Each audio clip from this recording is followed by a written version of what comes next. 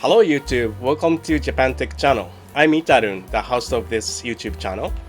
We cover topics such as startups, business creation, venture investment, SME business succession, and a small M&A, and the real estate investment for entrepreneurs and business leaders. Originally, we tended to deliver the programs and messages mainly to the Japanese people. However, this time we are sending this program in English because we found an interesting Japanese business practice that is not rational and not in line with economic principles, but no Japanese SME business owner doubts it while we are developing a video program. Before we take a deep dive, let me introduce you to our Assistant Director, Mr. Banana. Mr. Banana, can you give us a brief introduction? Sure. Hi guys, I'm Banana, the assistant director and video editor of Japan Tech channel. I'm tech guy, gamer, and interested in startup and real estate investments. Thank you. By the way, Itarun, why did you find the business practice interesting for overseas business people?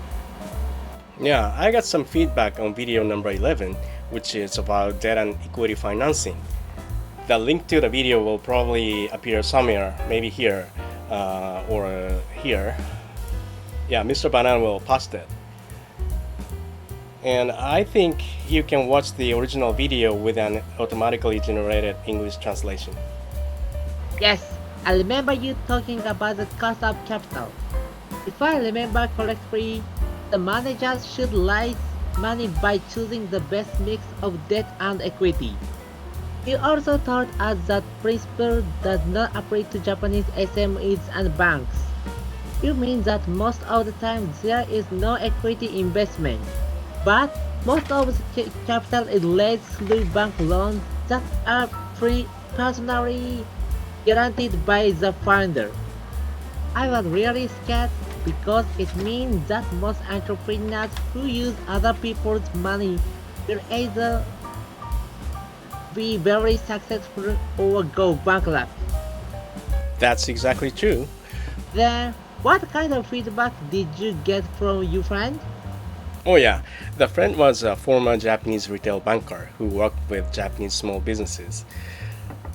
He told me that it's pretty common to raise money through personally guaranteed bank loans almost 100% of the time, whether the business is doing well or not.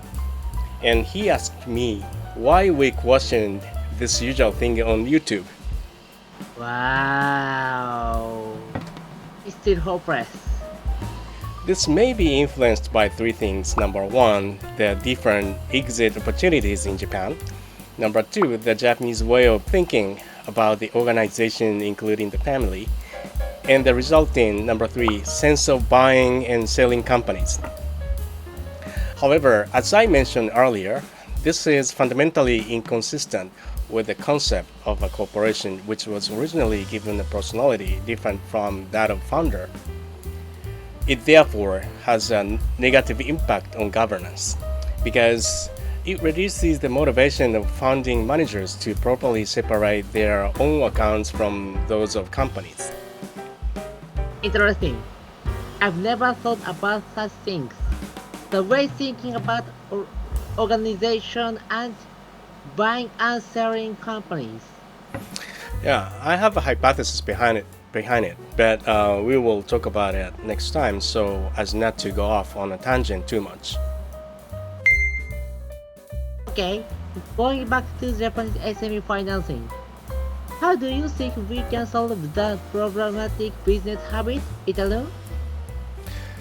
First of all, as we talked about in our previous video, management should face investors and financial institutions after doing the obvious things such as a clear separation of corporate and management accounting and transparency of management. As for banks, the Japanese government has a set direction to stop bad practices such as personal guarantees, so I think they can reconsider accordingly.